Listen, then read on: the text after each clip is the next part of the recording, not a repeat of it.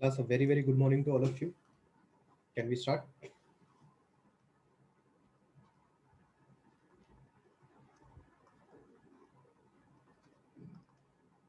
Superposition of waves का आज 1.4 lecture है. इन द लास्ट लेक्चर आप लोगों ने 1.5 है क्या आज?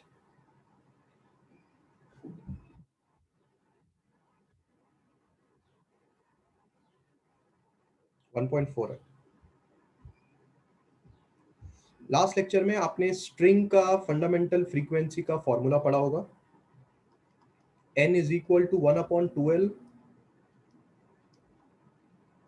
Under root of t by m. क्या कोई मुझे बता सकता है इसमें l क्या है? What is l? Come on, what is l in this formula? बहुत ही बढ़िया. Length of vibrating string. बहुत ही बढ़िया. टी क्या है? बहुत ही बढ़िया. Tension in the string. छोटू एम क्या है? It is called as linear mass density और it is called as mass per unit length. क्या है ये फॉर्मूला? ये फॉर्मूला है fundamental frequency of vibrating string. मेरा अगला सवाल आपसे ये है कि एक वाइब्रेटिंग स्ट्रिंग किस तरह के हार्मोनिक्स देता है? एक वाइब्रेटिंग स्ट्रिंग किस तरह के हार्मोनिक्स देता है? What is the type of harmonics given by a vibrating string? बहुत ही बढ़िया. एक वाइब्रेटिंग स्ट्रिंग आपको ऑल हार्मोनिक्स देगा. ऑल हार्मोनिक्स का मतलब क्या होता है? ऑड भी देगा और इवन भी देगा. ठीक है, इस बात का आप ध्यान रखें. इसी फॉर्मूले के बेस पे laws of a vibrating string हम देखने जा रहे हैं. ठीक है, तो फॉर्मूला क्या है वो थोड़ा मैं वापस साइड में यहाँ पे लिख देता हूँ. n is equal to 1/12 under root of t by m. इस फॉर्मूले की मदद से जो आपका पहला लॉ है उसको बोला जाता है law of string. Law of string में n is directly inversely proportional to length of the string. आप इस फॉर्मूले में देख सकते हैं, अगर हम n और l के बारे में देखें और हम रेस्ट ऑफ द सारी चीजों को अगर हम कांस्टेंट अज्यूम कर लें तो n और l के बीच में जो रिलेशनशिप है वो क्या है? Inversely proportional. This is called as law of string. इस चीज को आप कैसे लिख सकते हो? इस चीज को आप लिख सकते हो n इक्वल टू, यहां पे आप एक कांस्टेंट ऐड कर सकते हो और नीचे आपका l है. इस चीज को आप लिख सकते हो n into L is equal to constant, या फिर n1 l1 is equal to n2 l2 is equal to constant. यानी कि आपके फ्रीक्वेंसी और आपके लेंथ का जो मल्टीप्लिकेशन होगा वो दोनों मिलके कांस्टेंट आएगा. या फिर आप ऐसा बोल सकते हो कि आपकी फ्रीक्वेंसी और आपकी लंबाई दोनों एक दूसरे के साथ इनवर्सली प्रोपोर्शनल है. सेकेंड लॉ यहां पे जो हम पढ़ने जा रहे हैं that is called as law of tension. So आप इस फॉर्मूले से देख के आराम से लॉ ऑफ टेंशन बता सकते हैं। लॉ ऑफ टेंशन क्या रहेगा? लॉ ऑफ टेंशन रहेगा n is directly proportional to root t. You can check here, n और t के बीच में क्या रिलेशनशिप है? Root t. This is the relationship, बराबर। तो ये हो गया आपका लॉ ऑफ टेंशन। इस चीज को आप और अच्छे से कैसे लिख सकते हैं? आप यहां पे कर सकते हैं n इक्वल टू, आप यहां पे एक कांस्टेंट को ऐड कर सकते हैं और यहां पे रूट t आ जाएगा, यानी कि n upon root t is a constant. ये एक फॉर्मूला आप इस्तेमाल कर सकते हैं, या आप इसको कैसे लिख सकते हैं? n1 upon root t1 is equal to n2 upon root t2 is equal to constant.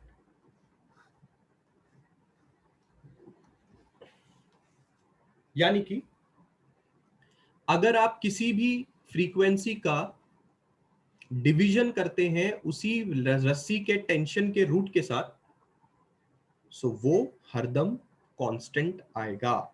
ये बात आपको हरदम याद रखनी है। इन सारी चीजों का इस्तेमाल न्यूमेरिकल्स में होगा, इसलिए इन फॉर्मूलेस को सीरियसली लीजिए।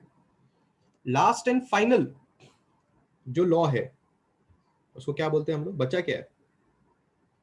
लॉ ऑफ लीनियर डेंसिटी, यानी कि n is inversely proportional to root m। आइए फॉर्मूले के पास जाते हैं। आप देख सकते हैं यहां n है, रूट m नीचे की तरफ है, तो अगर मैं l और t को कांस्टेंट अज्यूम करूं तो n is directly proportional, inversely proportional to root m, जो हमने अभी यहां पे लिखा।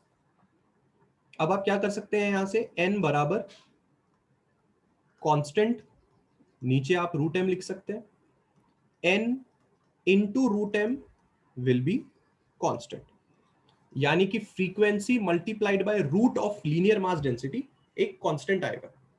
यानी कि आप लिख सकते हैं n1 m1 is equal to n2 m2 constant.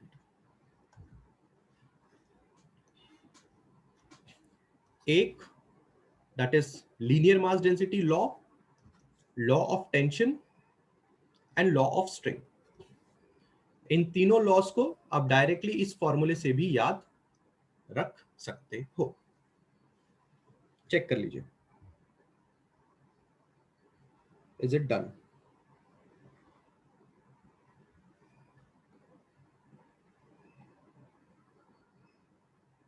पक्का? 100%?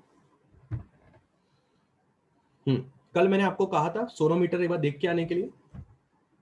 क्यों कहा था? क्योंकि जब आप सोनोमीटर एक्सपेरिमेंट करते हैं तो आप इन्हीं तीन लॉस को सोनोमीटर एक्सपेरिमेंट के जरिए प्रूफ करते हैं। इसलिए मैंने आपको कहा था कि सोनोमीटर एक्सपेरिमेंट देख के आना। तो अगर आपने सोनोमीटर एक्सपेरिमेंट देखा है तो उस सोनोमीटर एक्सपेरिमेंट में लॉ ऑफ स्ट्रिंग यानी कि NL is equal to constant, law of tension यानी कि n upon root T is equal to constant, and law of linear mass density that is n into root m is equal to constant, यही तीन चीजें आपके sonometer experiment में proof की जाती है। Is this clear?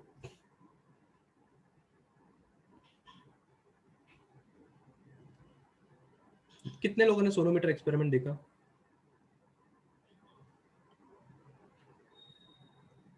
How many of your studied sonometer experiment? मैंने कल कहा था सोनोमीटर एक्सपेरिमेंट देखने के लिए।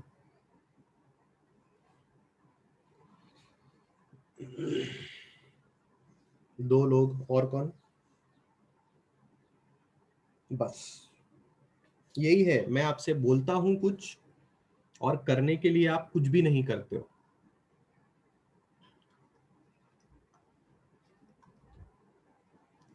अगला टॉपिक है बीट्स।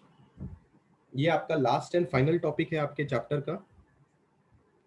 बहुत ही सिंपल है, अच्छी तरह से बात को समझे।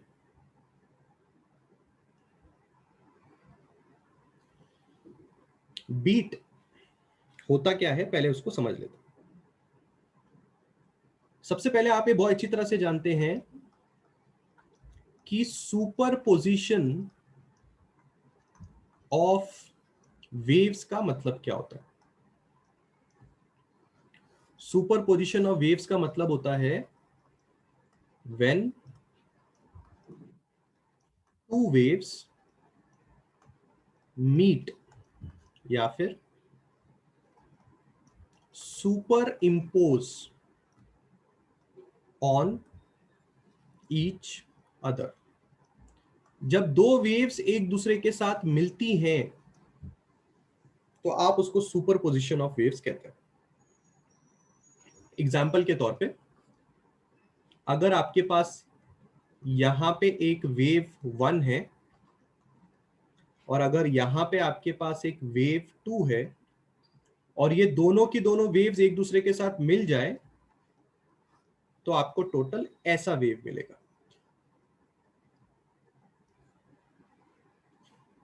आप देख सकते हैं हो क्या गया, इस पर्टिकुलर वेव का कुछ एम्पलीट्यूड होगा, इस पर्टिकुलर वेव का कुछ एम्पलीट्यूड होगा, दोनों के दोनों वेव्स के एम्पलीट्यूड एड अप होके आपको एक बड़ी वेव मिलेगी। This is the best example to understand superposition of waves. जब दो वेव्स एक दूसरे के साथ मिलती हैं या हम उसको बोलते हैं कि दो वेव्स एक दूसरे के ऊपर सुपर इंपोज होती हैं, तब उन लोगों के एम्पलीट्यूड्स ऐड हो जाते हैं, पर सब्ट्रैक्ट भी हो सकते हैं। कैसे सब्ट्रैक्ट हो सकते हैं? अगर आपके पास एक वेव है यहां पे इस तरह से, दिस इज वेव 1, और अगर आपके पास एक वेव ऐसी है, दिस विल बी वेव 2। अब इन दोनों वेव अगर एक दूसरे के साथ सुपर इंपोज होते हैं तो आपको कुछ भी नहीं मिलेगा। क्यों? क्योंकि वेव 1 का जो क्रेस्ट है वो वेव 2 के क्रेस्ट, वेव 2 के ट्रफ के साथ कैंसिल आउट हो रहा है, और जो वेव 1 का ट्रफ है वो वेव 2 के क्रेस्ट के साथ कैंसिल आउट हो रहा है। सो आपका जो नेट एम्पलीट्यूड है वो 0 है। सो हरदम एक बात समझनी है कि या तो आपको जो आपका एम्पलीट्यूड है वो मैक्सिमम मिलेगा या तो आपका एम्पलीट्यूड मिनिमम मिलेगा। दोनों केसेस सुपरपोजिशन के अंदर वैलिड है। पर एम्पलीट्यूड ज्यादा या कम होने से आपको क्या समझ में आता है? अगर किसी चीज का एम्पलीट्यूड ज्यादा है इसका मतलब उसकी इंटेंसिटी भी ज्यादा है। अगर किसी का एम्पलीट्यूड कम है तो इसका मतलब उस पर्टिकुलर वेव की इंटेंसिटी भी कम है, क्योंकि 11th स्टैंडर्ड में आपने पढ़ा था कि intensity is directly proportional to amplitude का स्क्वायर। तो अगर एम्पलीट्यूड बढ़ता है तो ऑब्वियस सी बात है उसकी इंटेंसिटी भी बढ़ेगी, अगर एम्पलीट्यूड घटता है तो ऑब्वियस सी बात है इंटेंसिटी भी घटेगी। तो अगर ऐसा होता कि वेव 1 एक साउंड वेव है, वेव 2 एक और साउंड वेव है, दोनों साउंड वेव एक दूसरे के साथ मिल गई, इतना बड़ा एम्पलीट्यूड बना, यानी कि एम्पलीट्यूड बढ़ा यानी कि उसकी इंटेंसिटी बढ़ी, मतलब साउंड अब आपको और जोर से सुनाई देगा।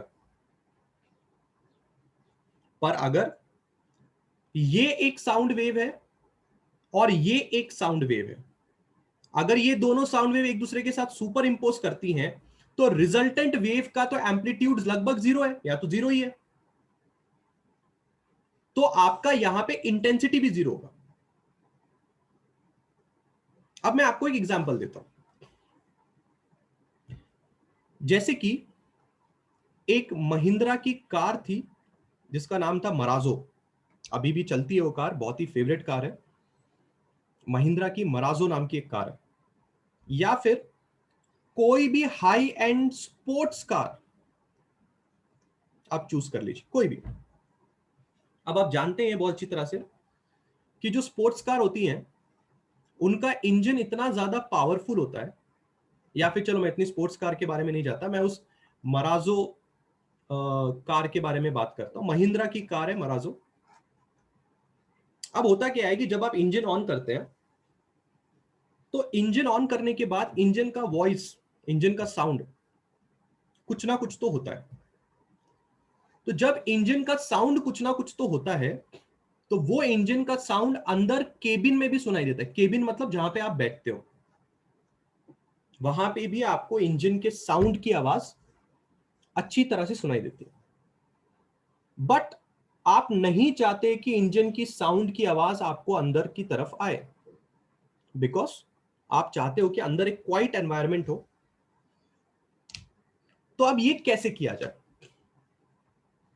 होता यह है कि ये करने के लिए आपके जो दरवाजे होने चाहिए, आपके जो कांच होने चाहिए, वो बहुत ही अच्छी तरह से इंसुलेट किए होने चाहिए। इंसुलेट मतलब साउंड प्रूफ होने चाहिए, ताकि बाहर का इंजन का कोई भी साउंड अंदर की तरफ ना आए। पर अगर आप देखेंगे तो इंजन जो है वो एक्चुअल में कोई बाहर की चीज नहीं है, वो कार का एक हिस्सा है। तो कार के अंदर से ही वो आवाज केबिन में पहुंच जाती है। बाहर की आवाज तो चलो दरवाजा बंद करने के बाद आपको बाहर चीजों की आवाज इतनी ज्यादा नहीं आएगी, पर इंजन तो कार का हिस्सा है। तो बाय डिफॉल्ट कहीं ना कहीं से इंजन का वाइब्रेशन या इंजन की थोड़ी बहुत आवाज आपके केबिन में पहुंच जाती है। इस आवाज को हटाने का टेक्निक क्या है? उस केबिन में, यानी कि कार के केबिन में, एक ऐसा इंस्ट्रूमेंट लगा होता है, जो इंस्ट्रूमेंट आवाज जो आ रही है पहले उसको ऑब्जर्व करता है। समझो, ये है आपकी इंजन की नॉइस। वो इंस्ट्रूमेंट इस इंजन की नॉइस के वेव को एनालिसिस करता है, एक इंस्ट्रूमेंट। और फिर वो इंस्ट्रूमेंट क्या करता है, उसी वेव का 180 डिग्री का फेज शिफ्ट का एक नॉइस क्रिएट करता है। क्या बोला मैंने? जो इंजन नॉइस आ रही है उसका जो भी ग्राफ होगा, वो इंस्ट्रूमेंट यानी कि कार के अंदर लगे हुए स्पीकर स्पेशली एक ऐसी आवाज क्रिएट करते हैं जो इंजन नॉइस का एग्जैक्टली 180 डिग्री फेज शिफ्ट है। तो होता क्या है, जैसे ही इंजन की नॉइस आती है, स्पीकर से एक ऐसी वेव निकलती है जो 180 डिग्री फेज शिफ्ट में है इंजन की नॉइस के साथ। ये दोनों की दोनों वेव्स एक दूसरे के साथ सुपर इंपोज होती हैं, और आपका कैबिन के अंदर जो नॉइज है वो लगभग जीरो हो जाता है, क्योंकि दोनों वेव्स ने एक दूसरे को कैंसल आउट कर दिया और आपका एम्पलीट्यूड जीरो हो गया। यानी कि साउंड की जो इंटेंसिटी है वो भी आपकी मिनिमम हो जाएगी। तो आप देख सकते हैं कि किस तरह से सुपरपोजिशन ऑफ वेव्स का इस्तेमाल किया जाता है। और ये कोई बड़ी चीज नहीं है। अगर आप आजकल कोई भी हेडफोन भी खरीदते हैं ना, उस हेडफोन में भी लिखा होता है नॉइस कैंसलेशन। कोई भी छोटा मोटा सा हेडफोन भी खरीद लीजिए और Amazon पे जाके चेक कीजिए उसके फीचर्स, उसमें भी लिखा होगा नॉइस कैंसलेशन इसमें है। कैसे करते हो भाई नॉइस कैंसलेशन? ऐसे ही करते हो। यही टेक्निक है नॉइस कैंसलेशन करने का। जो भी नॉइज है उसका एग्जैक्टली 180 डिग्री फेज शिफ्ट का एक साउंड पैदा करो, दोनों का सुपर इंपोजिशन करो, नेट रिजल्टेंट साउंड आपका जीरो हो जाएगा, मतलब नॉइस जीरो हो जाएगा। Is this thing clear in your brain? क्या आपको समझ में आ रहा है सुपरपोजिशन क्या है?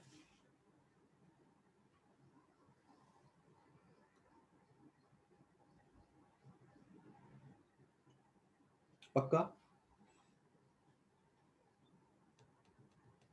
बहुत ही बढ़िया। हम एक्चुअली पढ़ रहे हैं बीट्स। जैसे कि मैंने कहा कि बीट के अंदर भी आप सुपरपोजिशन ऑफ वेव्स ही करते हैं। बीट के अंदर भी आप सुपरपोजिशन ऑफ वेव्स ही करते हैं। बट बीट में आपके पास एक वेव होगी, वेव वन, आपके पास होगी एक वेव टू। होता यह है कि जब इन दोनों वेव्स का सुपरपोजिशन होता है तो इन दोनों वेव्स में एक डिफरेंस है। वो डिफरेंस क्या है? Frequency is slightly different.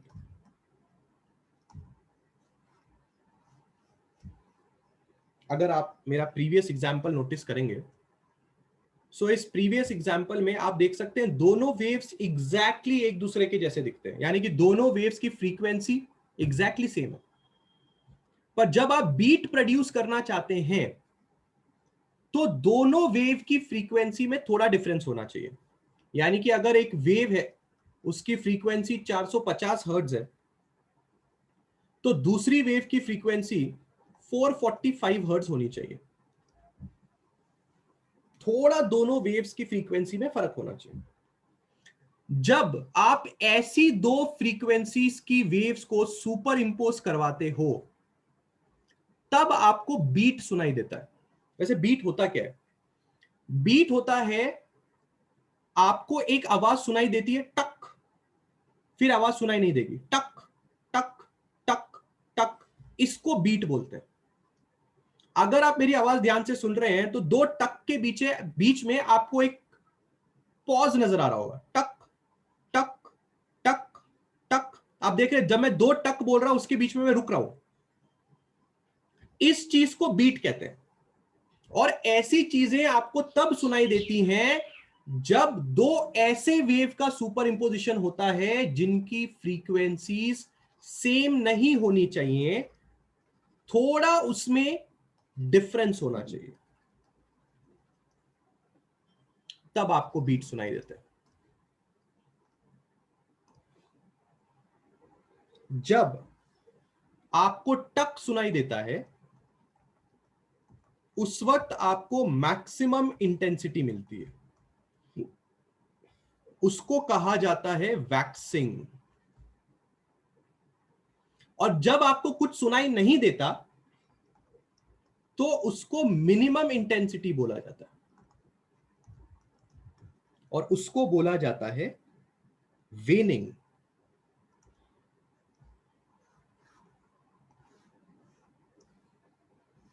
Waxing मतलब टक, वेनिंग मतलब कुछ भी सुनाई ना देना। मतलब दो टक टक टक, दो टक टक के बीच में जो आपको गैप नजर आ रहा है, जो टक टक के बीच में आपको एक शांति नजर आ रही है, वो वेनिंग है। उस वक्त आपकी साउंड की इंटेंसिटी मिनिमम हो जाती है और आपकी साउंड की इंटेंसिटी मैक्सिमम है, इसमें उसको वैक्सिंग कहेंगे आप। तो अगर मैं इस वाले वेव की बात करूं तो क्या मुझे यहां पे बीट सुनाई देगा? मुझे यहां पे बीट नहीं सुनाई देगा। यहां पे मुझे पता है कैसे सुनाई देगा, टू, इस तरह का चीज सुनाई देगा। क्योंकि अगर इस बंदे की फ्रीक्वेंसी 450 हर्ट्ज है तो इस बंदे की फ्रीक्वेंसी भी 450 हर्ट्ज है। जब ये दोनों वेव एक दूसरे के साथ मिलती हैं तो आपको एक कंटिन्यूअस साउंड सुनाई देता है, टू, ऐसा साउंड आपको सुनाई देगा। पर अगर दोनों फ्रीक्वेंसी में थोड़ा भी फ्रीक्वेंसी का फर्क है, एक 450 हर्ट्ज है, एक 445 हर्ट्ज है, कितना भी फर्क हो सकता है, थोड़ा स्लाइटली फर्क होना चाहिए, तो आपको एक कंटिन्यूअस वेव सुनाई नहीं देगी, आपको रुक रुक के सुनाई देगा, टक टक, या फिर टक टक टक टक टक टक, ऐसा भी सुनाई दे सकता है आपको। ये इस बात पे डिपेंड करता है कि दोनों की फ्रीक्वेंसी में कितना फर्क है। अब जैसे कि एग्जाम्पल के तौर पे मैंने यहां पे लिया है, एक वेव 450 हर्ट्ज की है, दूसरी वेव 455 हर्ट्ज की है। तो अगर कोई आपको बोलता है नंबर ऑफ बीट्स पर सेकेंड कितना होगा, तो वो है 5 हर्ट्ज। कैसे निकाला मैंने 5 हर्ट्ज? 445 या 450 को मैंने 445 से माइनस किया, तो आपको 5 बीट प्रति सेकेंड सुनाई देंगे। मतलब एक सेकेंड के अंदर तुम्हें 5 बार टक टक टक सुनाई देगा। इसको बोलते हैं नंबर ऑफ बीट्स प्रति सेकेंड। अगर तुम्हारी वेव्स के बीच में फ्रीक्वेंसी ज्यादा है, जैसे समझो एक वेव है 450 की और एक वेव है 440 की, तो 450 माइनस 440 10 हर्ट्ज होता है। मतलब तुम्हें 10 बीट सुनाई देंगे एक सेकंड में। तो सोचो 10 बीट एक सेकंड में तो कितने जल्दी जल्दी बज रहा होगा, टक टक टक टक टक, एक सेकंड में 10 बीट बजने हैं। तो सोचो कितने जल्दी जल्दी बीट बजेगा। वही अगर एक वेव है 450 की, एक वेव है 449 की, इसका मतलब तुम्हें 1 हर्ट्ज का बीट मिल रहा है। This is also called as beat frequency. यानी कि आपको एक बीट एक सेकंड में सुनाई दे रहा है, टक टक टक टक, कितने आराम आराम से बज रहा है। क्यों? क्योंकि जो दो वेव आपने सुपर इंपोज किया उनकी फ्रीक्वेंसी का सब्ट्रैक्शन करके आपको पता चलता है कि कितने बीट प्रति सेकंड बजेंगे। क्या थोड़ा बहुत आइडिया आ रहा है बीट क्या?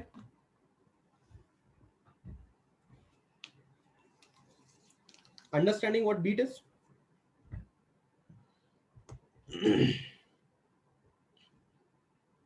हाँ, टक, देखो बजना और रुकना दोनों बीट का हिस्सा है। ऐसा नहीं है कि बीट कब कहलाई जाती है, बीट कब कहलाई जाती है, बीट तब कहलाई जाती है जब कोई चीज बचती है फिर रुकती है, बचती है फिर रुकती है, that is called as beat. तो दोनों बीट का हिस्सा है। तो जब बचता है तब आप उसको वैक्सिंग कहते हैं, और जब नहीं बचता तब आप उसको वीनिंग कहते हैं। बस सवाल इतना है कि एक सेकंड में आपको कितने बीट सुनाई देंगे। ये बात किस चीज पे डिपेंड करती है? ये बात इस चीज पे डिपेंड करती है कि कौन से दो वेव्स को आप मिला रहे हो और उनकी फ्रीक्वेंसी कितनी है। हाँ या ना?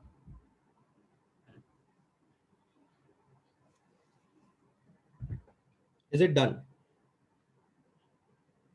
पक्का? ठीक है, चलो मैं आपसे एक सवाल पूछता हूं। अगर वैक्सिंग वाला कंडीशन है तो आप बता सकते हैं रिजल्टेंट एम्पलीट्यूड वैक्सिंग के केस में कितना होगा?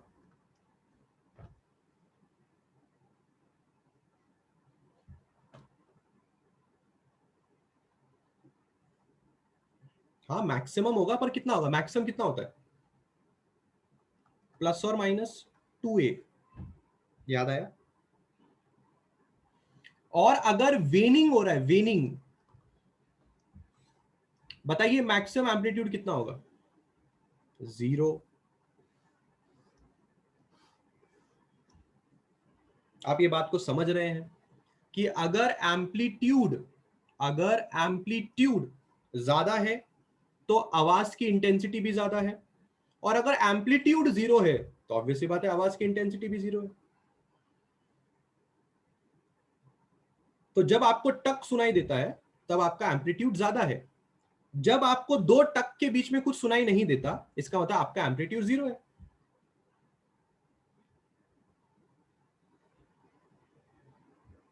बराबर? बढ़िया। अब हमें कुछ चीजों के बारे में बात करनी है। अब वो कुछ चीजें क्या हैं? कुछ चीजें ये हैं। पहली चीज है कि कब कब वैक्स मिलेगा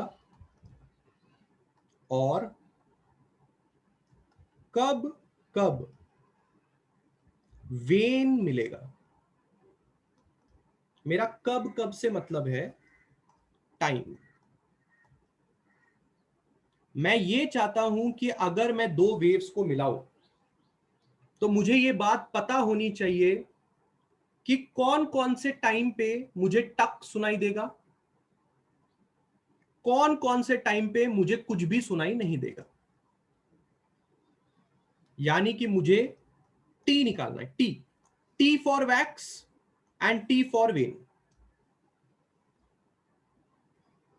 सोचिए कि आप इस चीज को क्यों समझना चाहते हैं। क्योंकि अगर आपको पता है कि कब कब आपको वैक्स मिल रहा है और कब कब आपको वेन मिल रहा है, तो आप इससे इजीली क्या कैलकुलेट कर सकते हो? आप इससे इजीली कैलकुलेट कर सकते हो time period of wax and when, यानी कि कैपिटल टी आप कैलकुलेट कर सकते हो। टाइम पीरियड कैलकुलेट करने से आपको क्या मिल सकता है? फ्रीक्वेंसी ऑफ बीट्स मिल सकता है।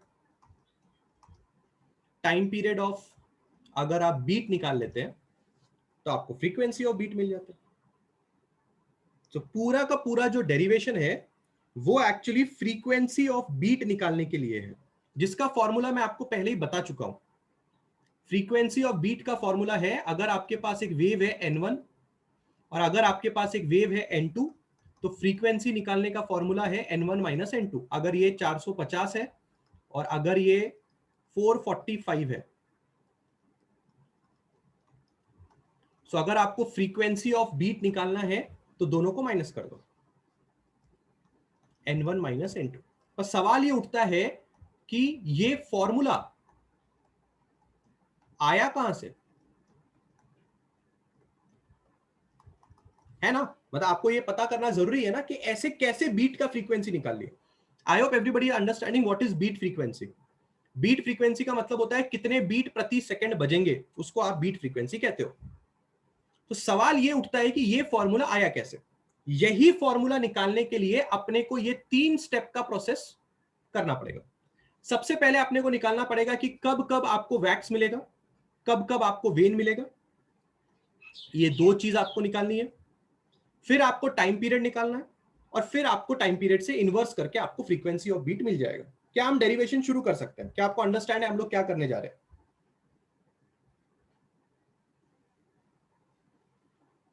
Can we start the derivation?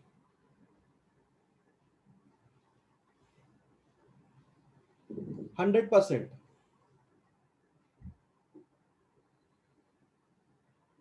ठीक है, उसके पहले मैं थोड़ा आपके इमेजिनेशन को थोड़ा ठीक करना चाहता हूं, तो just give me a second. मैं आपको जरा एक वेव दिखा देता हूं ताकि आपको समझ में आए कि कब कब वैक्स मिलना और कब कब वेन मिलने का मतलब क्या है। ठीक है, क्योंकि कभी अगर आपने कोई ग्राफ देखा ही नहीं है साउंड वेव का, सो बिना ग्राफ देखे इस चीज को इमेजिन करना बहुत ही बोलते हैं ना डिफिकल्ट हो सकता है आप लोगों के लिए। सो एक फटाक से मैं आपको एक ग्राफ दिखा देता हूँ एक साउंड वेव का, जिसमें मैं आपको दिखा देता हूँ कि कहाँ कहाँ आपको बीट मिल रहे हैं, कहाँ कहाँ आपको बीट नहीं मिल रहे हैं। Just hold on for a second.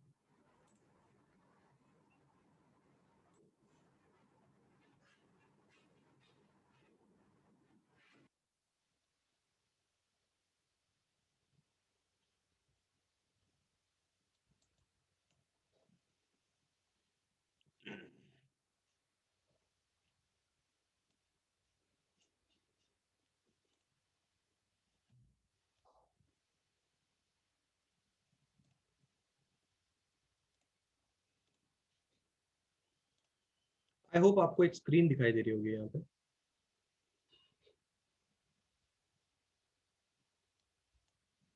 इस पर्टिकुलर स्क्रीन में मैंने एक साउंड वेव को यहाँ पे रखा है। आई होप आपको वो साउंड वेव भी दिखाई दे रही होगी। इस पर्टिकुलर साउंड वेव में आपको अलग अलग तरह के वेव्स आपको यहाँ पे नजर आ रहे हैं। ये जो पर्टिकुलर ग्राफ आपको नजर आ रहा है, ये जो पर्टिकुलर ग्राफ आपको नजर आ रहा है, इस पर्टिकुलर ग्राफ को बिल्कुल ध्यान से आपने ऑब्जर्व करना। कहीं कहीं आपको लग रहा होगा कि वेव बहुत ही ज्यादा ऊपर जा रही है। वैसे इस गाने में एक भी जगह ऐसा नहीं है जहां पे वेव बहुत ही ज्यादा नीचे आके जीरो हो रही हो। इस गाने में हर जगह पे आपको वेव टोटली ऊपर जाते हुए नजर आ रही है। पर आप इतना तो देख सकते हैं कि एक ऐसा पॉइंट है जहां पे आपकी वेव सबसे टॉप पे जा रही है, मैक्सिमम एम्पलीट्यूड दे रही है। कोई ना कोई ऐसा पॉइंट जरूर होगा जहां पे आपकी वेव बहुत ही नीचे जा रही है, बहुत ही नीचे। ये जो टॉप मोस्ट पॉइंट है, इसको आप वैक्स की तरह ट्रीट करेंगे। किसकी तरह ट्रीट करेंगे? वैक्स की तरह। और एक ऐसा पॉइंट जहां पे आपका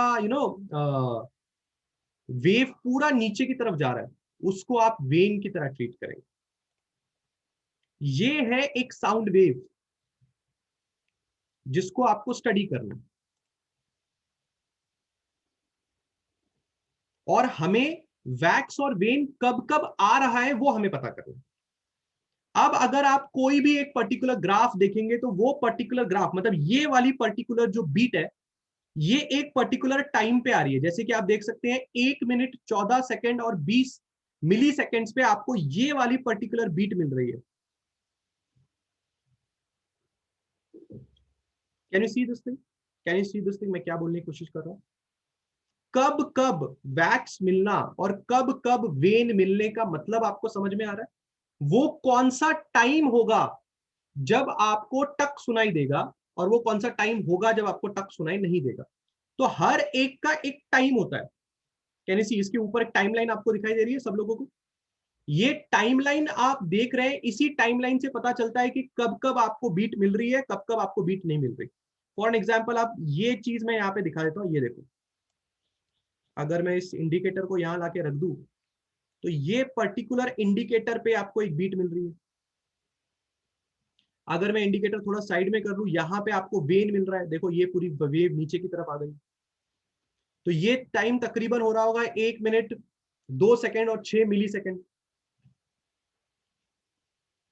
हाँ ना तो बोल दो। समझ में आ रहा है मैं क्या बोलने की कोशिश कर रहा हूं?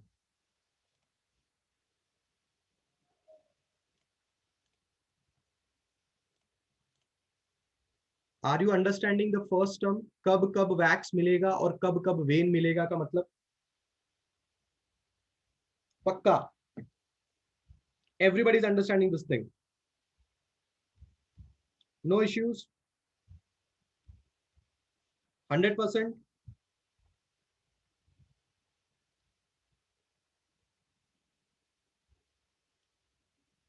ओके, ठीक है। सो अब हम स्टार्ट कर रहे हैं वैक्सिंग और वेनिंग का डेरिवेशन। तो सबसे पहले हमें दो वेव्स लेनी पड़ेंगी। तो सपोज कीजिए आपने यहाँ पे एक वेव ली y1, उसका आपने फॉर्मूला लिखा a sine 2 pi n1t minus x upon lambda 1। Wave खत्म। दूसरी वेव आपने ली a sine 2 pi n2t minus x upon lambda 2। ये आपकी दो वेव्स। अब आप बहुत अच्छी तरह से जानते हो कि आपके दोनों वेव्स का सुपरपोजिशन करने का मतलब y1 प्लस y2 करना। अब ये y1 प्लस y2 हम 1000 बार कर चुके हैं और इसमें फिर sine A plus sine C plus sine D का फॉर्मूला भी लगाना है। वो सब चीजें मैं वापस रिपीट नहीं करूंगा। मैं डायरेक्टली आपको ये बताता हूं कि हमको सॉल्व करने के बाद रिजल्टेंट एम्पलीट्यूड कितना मिलता है। रिजल्टेंट एम्पलीट्यूड मिलता है 2a cos 2 pi n1 minus n2 upon 2 into T. ये है अपना रिजल्टेंट एम्पलीट्यूड। अगर आपको याद आएगा ऐसे वाले स्टेप्स ये अब तीसरी बार कर रहे हैं। इसके पहले भी हमने सुपरपोजिशन ऑफ दो वेव्स किया हुआ है स्टेशनरी वेव्स के डेरिवेशन में।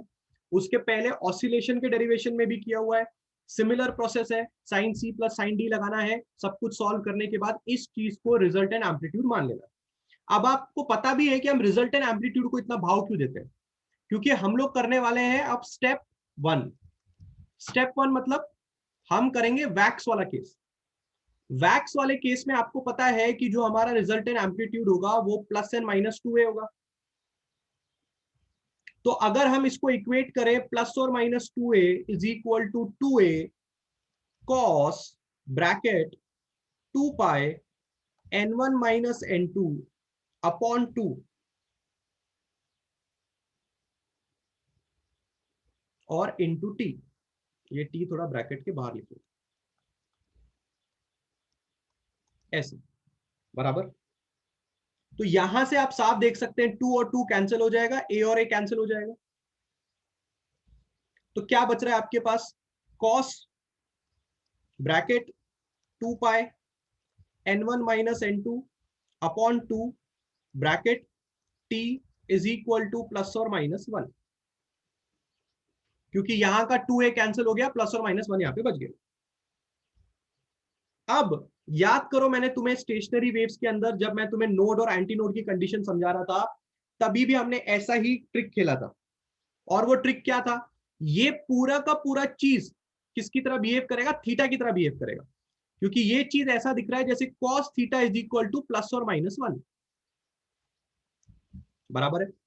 तो आपको ये बताना है कि 2 pi n1 minus n2 by 2 into T, ये चीज क्या क्या वैल्यूज ले सकता है, यानी कि थीटा की क्या क्या वैल्यू आ सकती है कि प्लस और माइनस 1 आंसर आएगा, because this particular thing in bracket is behaving like theta. So आपको यह बताना है कि ये ब्रैकेट वाली चीज का क्या क्या वैल्यू हो सकता है कि आंसर प्लस और माइनस 1 आएगा। बताओ, कॉस में आंसर प्लस और माइनस 1 कब आ सकता है? कम ऑन, बिल्कुल बिल्कुल सही, बिल्कुल बिल्कुल सही, जीरो पे आ सकता है। अगला, अगला cos 0 इज 1, फिर वेरी गुड, पाई 180, वेरी गुड। उसके बाद 2 पाई पे वापस प्लस 1 आएगा, 3 पाई पे माइनस 1 आएगा, एंड सो ऑन, बराबर है ना? ठीक है। अब क्या कर सकते हैं आप? अब क्या कर सकते हैं? तुम्हें इंटरेस्ट किस में? तुम्हें इंटरेस्ट टी में। तुम्हें इंटरेस्ट किस में? तुम्हें इंटरेस्ट टी में, बराबर। तो तुम टी निकालो, एक एक कंडीशन से टी निकालो, इस चीज को डालो डब्बे में, और एक एक कंडीशन से टी निकालने की कोशिश करो। जैसे कि क्या? पहला कंडीशन क्या है? 2 pi n1 minus n2 upon 2 into T बराबर 0। तो अगर तुमने ये फर्स्ट कंडीशन से टी निकालने की कोशिश की तो टी बराबर 0 आएगा। यानी कि क्या? टी बराबर 0 पे तुम्हें वैक्स सुनाई देगा, यानी कि जैसे ही गाना शुरू होगा, टक तुम्हें सुनाई दिया। पहला टक तुम्हें कहां सुनाई दिया? जैसे ही गाना शुरू हुआ। टी इज इक्वल टू 0 मतलब गाना अभी शुरू होने वाला है, उसी में तुम्हें टक सुनाई दिया। अब तुम अगली कंडीशन लो, सेकंड कंडीशन लो। सेकंड कंडीशन क्या है? 2 pi n1 minus n2 upon 2 bracket bracket T. अगली कंडीशन मतलब पाई के साथ इक्वेट करो। कैसे करोगे इक्वेट? यहां से 2 2 कैंसिल करो, यहां से पाई पाई कैंसिल करो, तो तुम्हारा टी कितना आता है? n1 minus n2। ये वाले टाइम पे तुम्हें अगला टक सुनाई देगा। अब n1 वो पहले वाले बंदे की फ्रीक्वेंसी, n2 दूसरे वाले बंदे की फ्रीक्वेंसी, ठीक है? तो तुम्हें ये टाइम पे टक सुनाई देगा। अभी लगे हाथ इधर तुम्हें एक एग्जांपल दे देता हूं, लगे हाथ तुम्हें एक एग्जांपल लेता हूं। सपोज n है 450 हर्ट्ज और समझो n2 है 445 हर्ट्ज। तो अगर कोई तुमसे आके पूछता है, ए देख ये दो वेव है, ये सुपर इंपोज करने वाले हैं, मेरे को बता वैक्स कब सुनाई देगा, तो उसको क्या बोलने का? देख भाई, सबसे पहले तो टी बराबर 0 पे वैक्स सुनाई देगा। वो बोलेगा अच्छा ठीक है, उसके बाद कब सुनाई देगा? तो तू बोलने का T is equal to n1 minus n2 पे सुनाई देगा। वो बोलेगा मतलब अबे तेरे पास है ना n1 450 माइनस 445 1/5। 1/5 कितना होता है क्लास? How much is 1/5? इतना मैथ्स तो कर दो, इतना मैथ्स तो आता होगा। 1/5 कितना होता है रे? वेरी गुड, 0.2 सेकेंड्स पे, 0.2 सेकेंड्स पे तुम्हें अगला टक सुनाई देगा। सुनाई दिया? सुनाई दिया? पहला टक कब सुनाई दिया? 0 पे। अगला टक कब सुनाई देगा? 0.2 पे। तो मुझे एक बात बताओ, अगर पहला टक 0 पे सुनाई दिया, यानी कि पहला वैक्स 0 पे सुनाई दिया, दूसरा वैक्स 0.2 सेकेंड पे सुनाई दिया, तो इन दोनों के बीच में क्या था? इस दोनों के बीच में तो कुछ टाइम है, उसमें क्या था? एक 0 पे सुनाई दिया, उसके बाद 0.2 पे सुनाई दिया, तो बीच में क्या था? बीच में था वेन, यानी कि बीच में शांति थी। समझा? समझा? कुछ समझा? अगला, अगला दिखाओ, अगला दिखाओ। तीसरा कैसे निकालेगा? तीसरा कैसे निकालेगा? 2 pi n1 minus n2 upon 2 T is equal to, अगला बंदा कौन है? 2 पाई, तो यहां लिखो 2 पाई। बराबर, वापस कैंसिल करो, 2 2 पाई पाई। सो अभी अगला टी कितना आएगा, 2 अपॉन n1 माइनस n2। तो समझो अब बंदा बोलेगा नहीं बता अब अगला अगला टक कब सुनाई देगा, ये ले भाई अगला टक सुनाई देगा 2 अपॉन n1 माइनस n2 पे, यानी कि 2 अपॉन 5 पे। Class how much is 2 upon 5? Very good, 0.4 seconds. बराबर। अब मुझे बात बता, पहला टक तुझे सुनाई दिया 0 पे, अगला टक तुझे सुनाई दिया 0.2 पे, अगला टक तुझे सुनाई दिया 0.4 पे। तो 0.2 और 0.4 के बीच में 0.3 आता है ना। 0.3 सेकंड पे क्या था, 0.3 सेकंड पे था वेन, यानी कि शांति।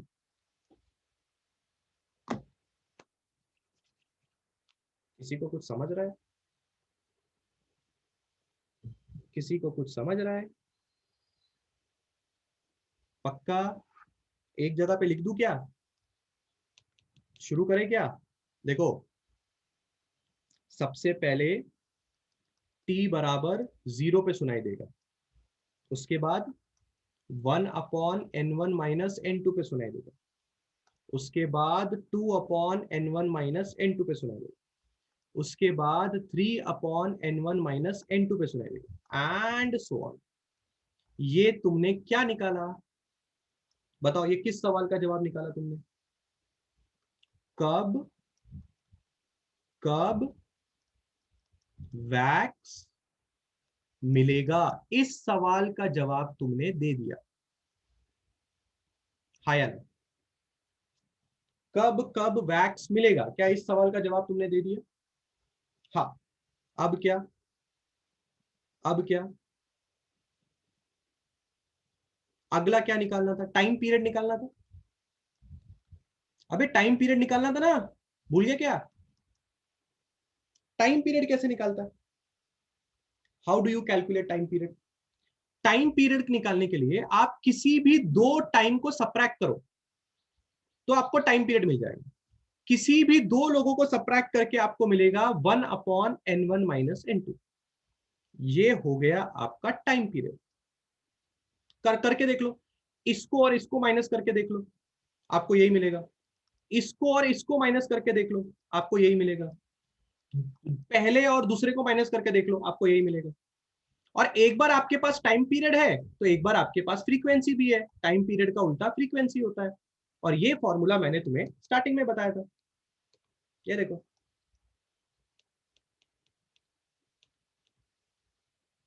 आया कि नहीं आया? फ्रीक्वेंसी, टाइम पीरियड और कब कब वाला, यही ड्रामा तुम्हें करना है किसके लिए? अब सेम ड्रामा तुम्हें किसके लिए करना है? सेम ड्रामा तुम्हें करना है फॉर वेन। तैयार हो? Is everybody ready? Same drama we will do for one. और हम लोग चेक करेंगे वेन कब मिलता है, सेम एग्जांपल में चेक करेंगे। मतलब 450 हर्ट्ज और 445 हर्ट्ज पे हम लोग चेक करेंगे कि वेन कितना मिलता है, वेन कहां कहां मिलता है, तो हमें अच्छी तरह समझ में आएगा। चलो अच्छा, चलो मुझे एक बात बताओ, ये है अपना step 2, this is our step 2। Step 2 में आप करना चाहते हो वेन। बताओ मुझे एम्पलीट्यूड कितना होना चाहिए वेन का, what should be the resultant amplitude for when class? Very good, 0 होना चाहिए। चलो, एम्पलीट्यूड बराबर क्या फॉर्मूला था बाबा एम्पलीट्यूड का? What was the formula for amplitude? Cos, नहीं 2a cos 2 pi n1 minus n2 upon 2 into T बराबर 0, है ना? यही था ना रिजल्टेंट एम्पलीट्यूड का फॉर्मूला, ऊपर लिखा था। वैक्स के केस में आपने इसी फॉर्मूले को प्लस और माइनस 2a के बराबर किया था। अब वेन में इसी फॉर्मूले को 0 के बराबर करेंगे।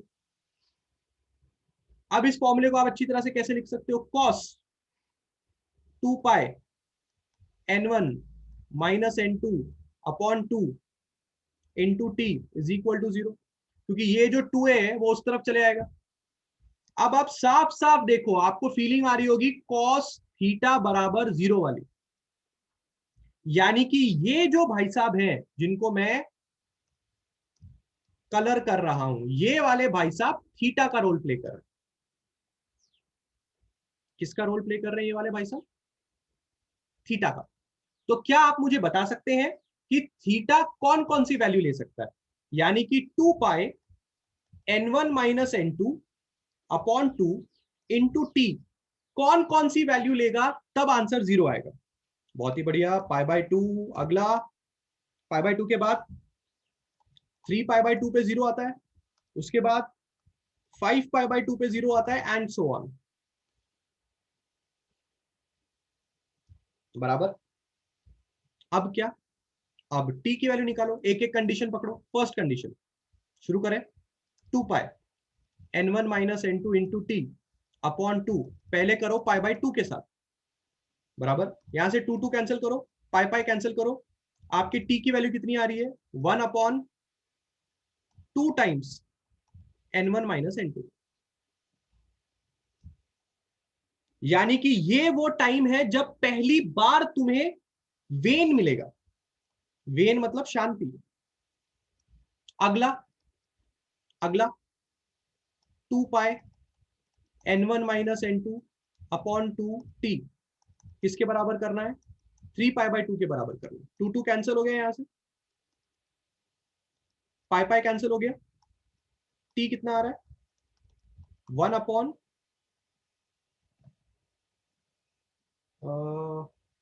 नहीं, 3/2 अपॉन n1 माइनस n2। अब तुम्हें मैं चमत्कार दिखाता हूं। n1 कितना था ऊपर वाले एग्जाम्पल में? 450 हर्ट्ज। n2 कितना था? 445 हर्ट्ज। चलो, पहले वेन कब मिलेगा? 1/2 इंटू 450 माइनस 445, ये कितना होगा? 1/2 इंटू 5, यानी कि होगा 1/10। How much is 1/10? 0.1 सेकेंड। यानी कि 0.1 सेकेंड पे तुम्हें क्या मिलना चाहिए? शांति मिलनी चाहिए। आइए ऊपर जाके चेक करते हैं, क्या 0.1 सेकेंड में शांति मिल रही है? बिल्कुल मिल रही है। अगर आप ध्यान से देखेंगे तो 0 सेकेंड्स पे तुम्हें वेन वैक्स मिला था, 0.2 सेकेंड्स पे तुम्हें वैक्स मिला था। 0 सेकेंड पे अगर वैक्स है और 0.2 सेकेंड पे वैक्स है, तो 0 सेकेंड और 0.2 सेकेंड के बीच में क्या बचता है रे? 0.1 सेकेंड बचता है। तो 0.1 सेकेंड पे तुम्हें वेन मिल रहा है। अगला फॉर्मूला देखेगा, टी बराबर 3/2 n1 माइनस n2, 3/2 इंटू 5, क्योंकि n1 माइनस n2 ये आता है, मतलब ये होगा 3/10। 3/10 यानी कि 0.3 सेकेंड। यानी कि 0.3 सेकेंड पे तुम्हें वेन मिलना चाहिए। ऊपर आओ, आओ आओ मैदान में आओ। ये देखो, पहले से लिख के दिया था मैंने यहाँ पे, 0.3 सेकेंड पे वेन मिलना चाहिए। देख लो, मिल रहा है। यानी कि वेन कब कब मिलना चाहिए? वेन कब कब मिलता है? फॉर्मूला हो जाए वेन का भी। वेन कब कब मिलता है? टी बराबर 1/2 टाइम्स n1 माइनस n2। अगला वेन कब मिलेगा? 3/2 n1 माइनस n2। अगला वेन कब मिलेगा? 5/2 n1 minus n2, and so on. इन सब टाइम पे तुम्हें वेन मिलेगा। टाइम पीरियड कैसे निकालते हैं? किसी भी दो को सब्ट्रैक्ट करो। आप किसी भी दो को सब्ट्रैक्ट करोगे, n1 माइनस n2 ही आएगा। 1/, फ्रीक्वेंसी n1 माइनस n2 ही आएगा। यानी कि वैक्स और वेन की फ्रीक्वेंसी एग्जैक्टली सेम है। इसका मतलब जितनी बार तुम्हें टक सुनाई देगा, उतनी बार तुम्हें शांति भी मिलेगी। क्योंकि अगर तुम नोटिस कर रहे होंगे, 10 बार अगर टक बचा है, तो 10 बार में 10 बार तुम्हें शांति भी मिली। मतलब if there are 10 times you are getting wax, that means 10 times you are getting vein also. इसका मतलब वैक्स और वेन की फ्रीक्वेंसी एग्जैक्टली सेम है। फ्रीक्वेंसी मतलब आयोग समझता है कितनी बार एक सेकंड में तुम्हें सुनाई दिया, और कितनी बार तुम्हें एक सेकंड में सुनाई नहीं दिया, उसको फ्रीक्वेंसी बोलते हैं। टाइम अलग अलग है, पर फ्रीक्वेंसी दोनों का एग्जैक्टली सेम है। ये था बीट की कहानी।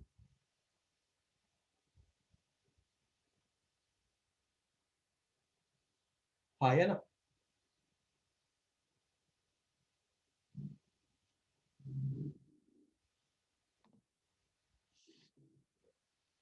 आया समझ में?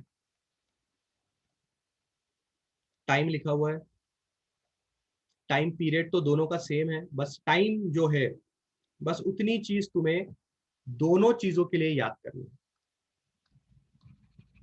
टाइम, क्योंकि टाइम पीरियड और फ्रीक्वेंसी, ये दोनों फॉर्मूले वैक्स और वेन के लिए एग्जैक्टली सेम। अगर कोई इंसान तुम्हें ये बोलता है कि तुम्हारे पास एक है 450 हर्ट्ज का वेव और दूसरा है 445 हर्ट्ज का वेव, अगर कोई इंसान तुम्हें ऐसा बोलता है, तो तुम्हें पता है ना कि तुम्हें 5 बीट प्रति सेकंड सुनाई देंगे।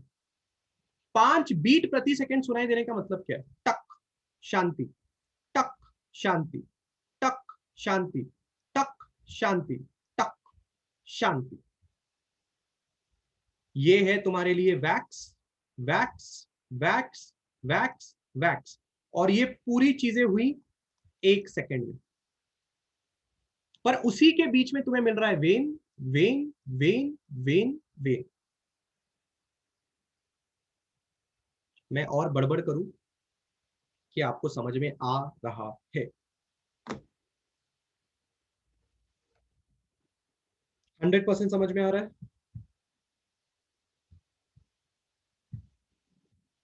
कोई डाउट किसी को इस टॉपिक में?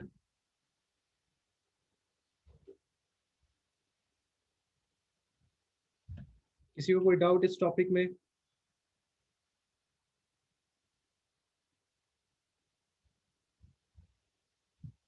No doubt?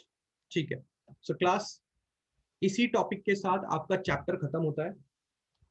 नेक्स्ट लेक्चर में हम इस चैप्टर के न्यूमेरिकल्स करेंगे।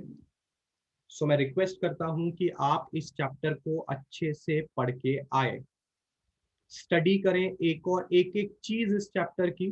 मैं कोशिश करूंगा कि आज इसके सारे के सारे वीडियोस यूट्यूब पे डाल दूं। ठीक है, नेक्स्ट लेक्चर में इसके न्यूमेरिकल्स करें। चलिए बाय।